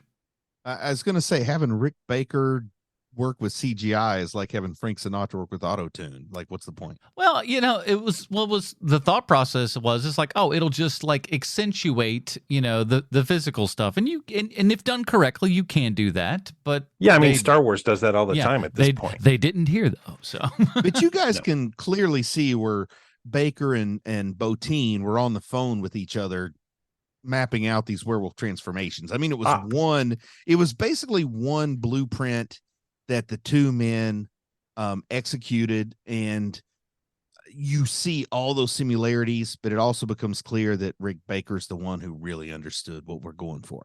Well, when you said that to me last week, I was like, nope, didn't happen. But now watching this movie again, I'm like, oh yeah. And, because Baker has far more money and far more experience, this does look better than what happens in Howling. But and there's certain things they can't do, like seeing the hand extend and all that stuff. And as much as I love, Baker and his work and stuff, Rick Baker ain't do nothing like The Thing. Rob Bottin did though. There are Yeah, three. There are three directly mimic shots in this transformation that I picked up. One is the scene. I mean, one is just the scenes with the air bladders. Yeah, the blubbly face. Rick Blubbly. Baker, basically one of those things where like you're laying down, there ain't a worry in the world, you ain't got nothing to do, you're getting ready to go to sleep, and suddenly you're wide awake thinking about how air bladders would work. Like Rick Baker said, why has nobody ever used air bladders? So he talks to Bottin, and that's why they look so similar, is these are the first two examples of air bladders in a werewolf transformation. But Rick Baker, I believe, is the one who came up with that idea. I don't have any evidence or nothing, but I'm not trying to do leopards don't live in India here, people, please. But my impression is that he's who came up with the air bladder, and it's the air bladders that make them look so much alike. And we do get an urban fervor as this killing spree unfolds, leading to a jarring trip to the zoo. What do you guys think about this first inner city? This might be the first urban werewolf killing spree caught on film. Werewolf films have all. I like the idea that we caught it on film as if it were happening on the streets of London and we just picked it up. You know? Internet lag. And I mean, that is part of the appeal. You see American Werewolf in London and you know, wow, this is the first urban werewolf movie. I gotta say, man, you really, for me, I totally see that this is a Landis movie. Once the 20 million cars start smashing into each other, I'm like, yep, this is a Landis movie, all right. Talking about those cars smashing into each other, all my life, I thought that this big final climax took place in Trafalgar Square. I've been to Trafalgar Square. I've walked around Trafalgar Square. You know what Trafalgar Square has? Lots of pigeons. So there's pigeons in this scene, and I assume that all of England's pigeons live in Trafalgar Square. But it's Piccadilly Circus. You know what my first clue should be? The road is round. Very rarely are big areas with road circles called squares. I'll just say that right off the bat. True. It's true. But Good point. circus kind of means round. So that makes way more sense, but it's Piccadilly.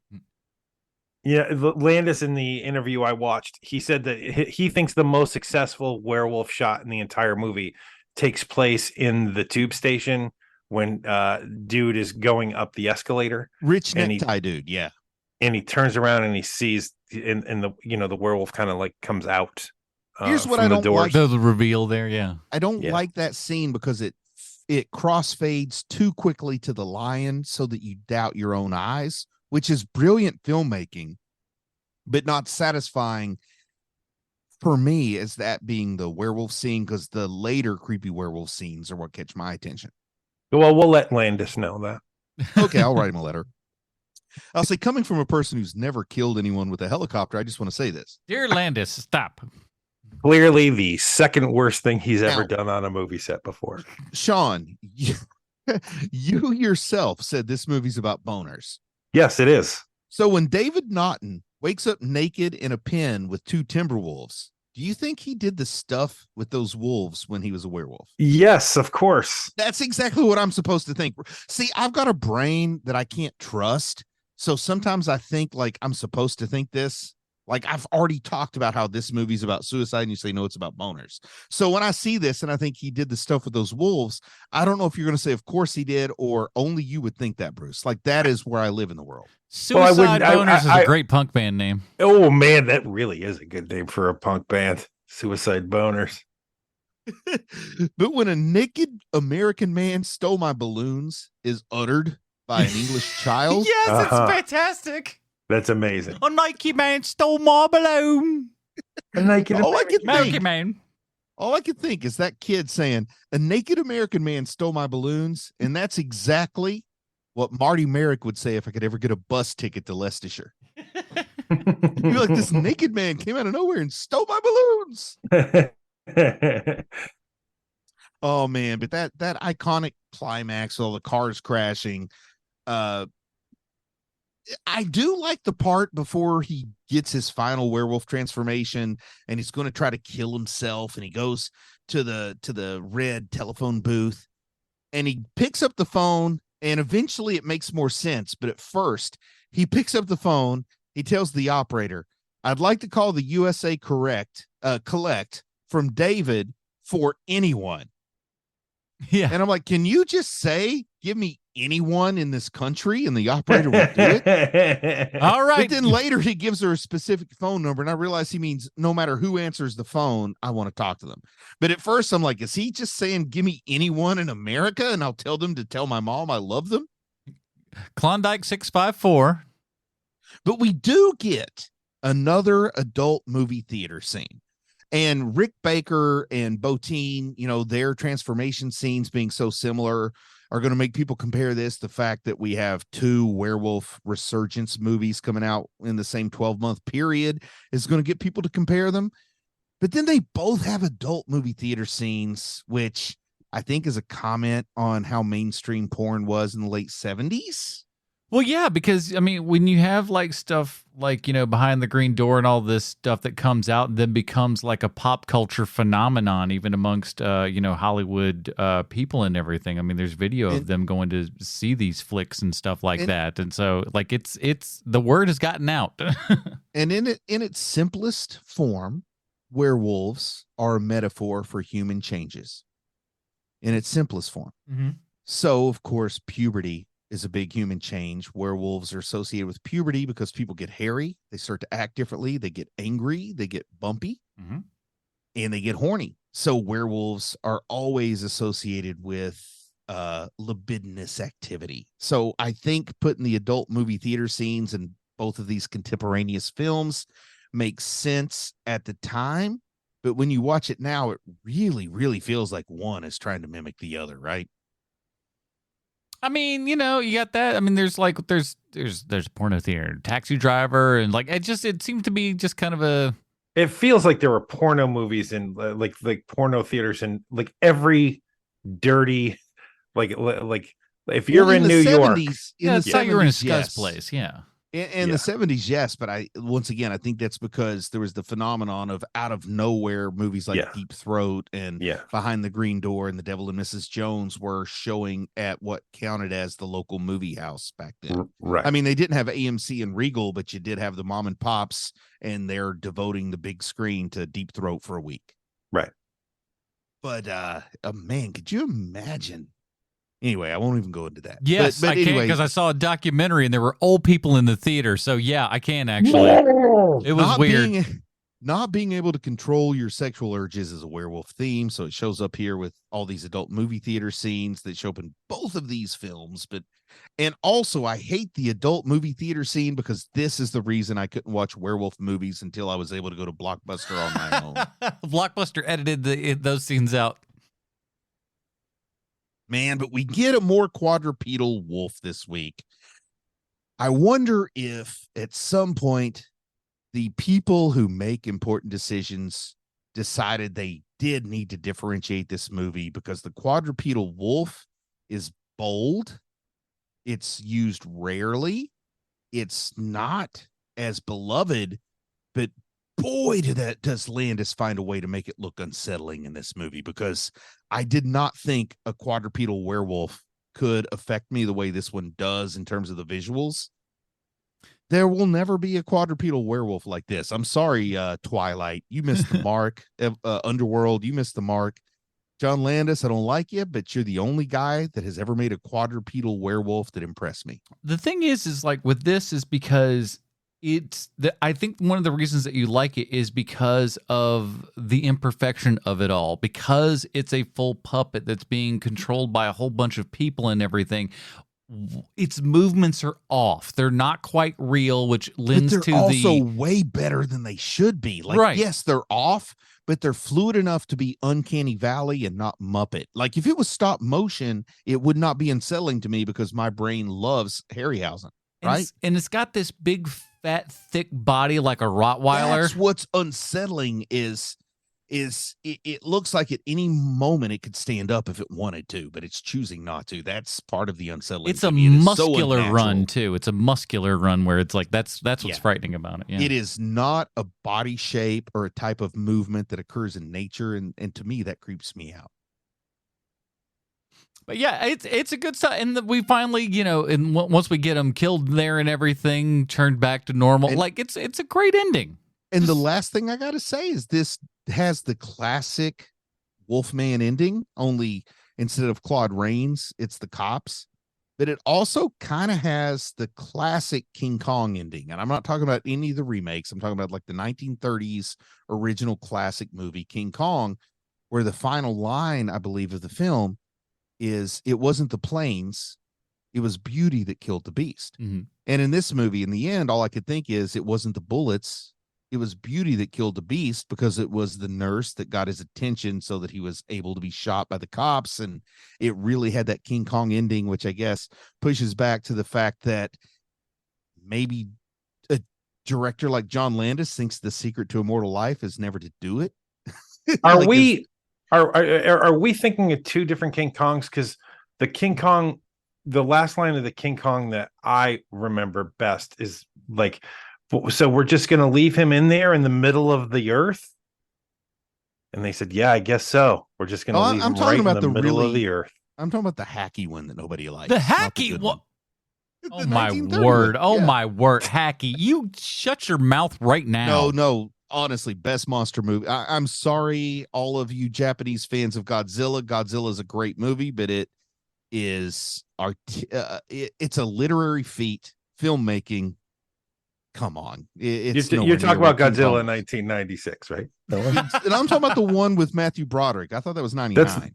Maybe that is 99. No, I don't know my dates. You know what they say: if you remember the 90s, you weren't there. Oh. Well, you know what I want to be able to remember is how in the world this movie could relate back to 1-to-1 with Sylvester Stallone. Why, thank you, Adam. I have a prepared statement. Ooh. Hello, Mr. Stallone. This week's Stallone connection is Frank Oz, who shows up in this movie out of nowhere, says his two lines, and smoke bombs himself out of there, never to be seen again. You very famously guest starred on The Muppet Show, where Miss Piggy threw herself at you, and you, being a gentleman, declined her incessant offers. And there's your Stallone connection. I love it. But another reason why I bring up Frank Oz this week is because I wanted to speak about Frank Oz's first job in broadcast television, because most people know about Yoda, Miss Piggy, Fozzie, and Bert, but I don't think a lot of people know that Frank Oz and Jim Henson worked on the Jimmy Dean Show. Oh, yeah.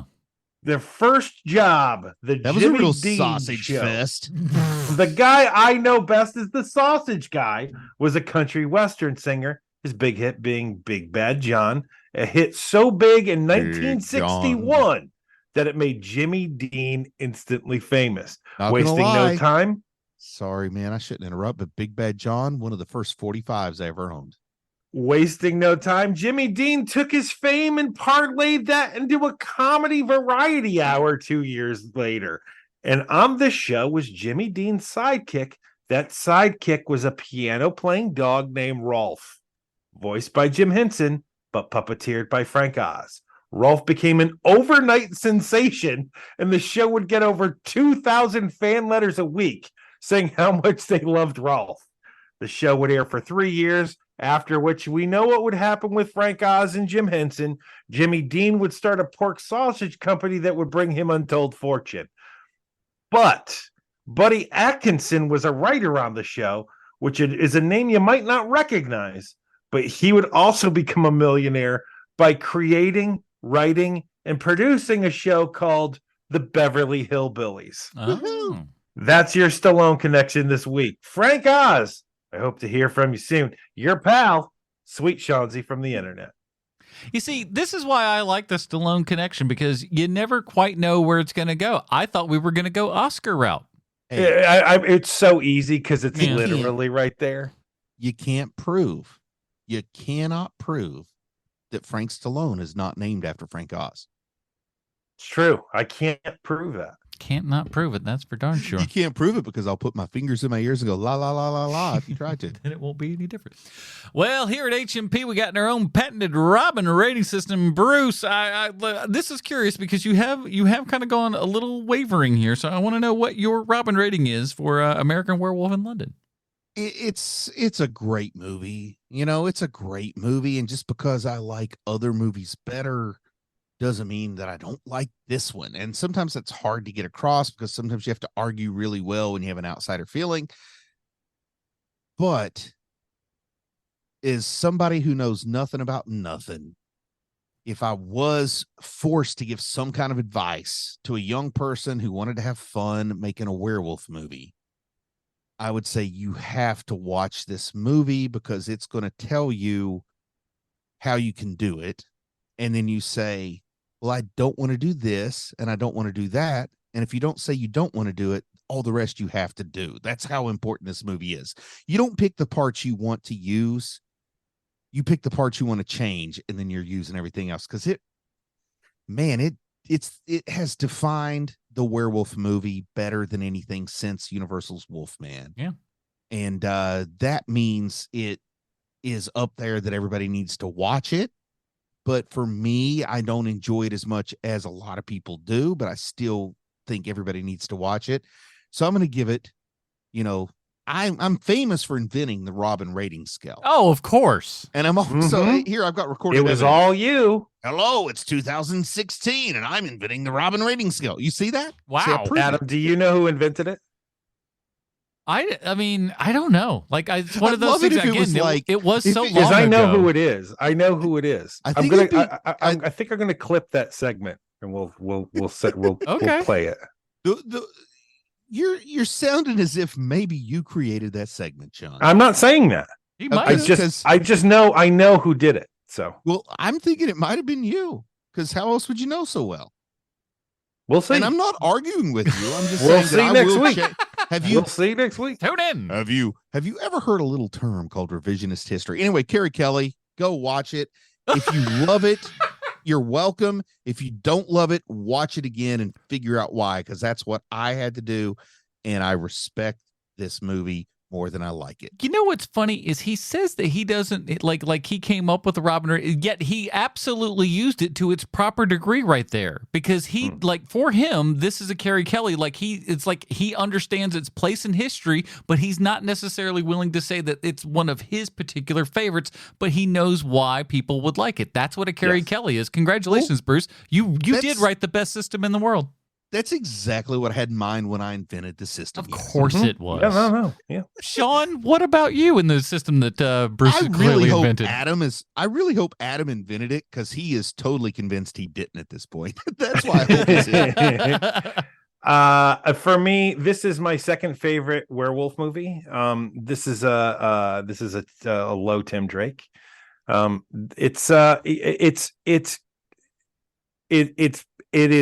It is great. Great is the wrong word. It is very good. It is a very good movie, and it's slow in parts because, again, it's from 1981. Yeah. I would imagine that my kids would watch this movie and think it's the oldest movie ever made. When stuff ain't gonna happen. But this is a cool movie, and so it is a low Tim Drake for me. We're going all the way. Tim Drake, I thought you were going to rank it higher, Sean. I'm sorry to throw in that editorialization at the end, but I kind of felt like this maybe resonated with you a little higher than it did. It's my second favorite werewolf movie. It's like, it's a good movie. It's just, Cool. It's If you don't mind to privately, like, not share it with the public, but privately text me your favorite werewolf movie so I can work with that, if you don't mind. sure. You already know it though. Have you I ever heard of a think- movie called The is it- Howling 2? That's right. Your stepsister, or your sister's a wolf. Something like that. Well, I hope it's Teen Wolf, because that's what's on my schedule for the final week of this. I just texted you. I know, that's why I said it out loud, but that is literally what I was planning ahead of time. I mentioned that last week, but You did. thank goodness it's on my list, because I feel really bad if your favorite movie didn't make my list. Yeah, some obscure thing like Dog Soldiers or something like that. Man, if it was Dog Soldiers, I might just have to take back what I said about sticking on the show for a while. Fun times. We're going Dick Grayson, boys. There's a reason I bought this on Yes. 4K and didn't Wow, have good to job, buddy. didn't have to watch this again because I'm so glad that this was this week because I was super pressed for time and I did like within the last 2 weeks watch this movie. So it was very, very fresh in the brain. So I didn't have to do that. So I thank you for that, Bruce. But this, again, while watching that, and again, because it was the 4K and I'm like, oh, I really want to just suck it all in here. It's great. It holds up so darn well. And, you know, there's a reason it won all the awards and is what it is. I don't need to sell anybody on this film. It does it itself. So go see it. It's no cat people, but it's good. Not quite, but we'll see. You know, maybe we'll have a cat month at some point. That's not going to happen. Never going to happen. That is it, everybody. Bruce, we talked about it. Now, what are we're doing? The Howling next, or wait, no, I'm sorry, Wolfen again. Wolf's Howls. We're doing Wolfen. We're doing Wolfen next week because I have some kind of mental disease that means I have to write this month out as if it were a syllabus for a class at a college. So everything is being ordered in a specific way to learn about the art of the renaissance of werewolf movies in the 80s. So Wolfen has to be there. And we're going to see that with at least 3 of the 4 movies I've already picked, comedy is crucial. Like even in The Howling, Dick Miller's performance, I think you can't call anything but comedy, and I also think it's the brightest part. So comedy goes through Teen Wolf, of course, as well. So we're going to see what is it like when you try to make an honest werewolf movie with no comedy. Boy, it's going to be fun, ain't it? I bet there's going to be a laugh a minute riot, but maybe for the wrong reasons. We'll find out next week, everybody, when we're talking Wolfen. Sean, where can we find more of our work on the internet?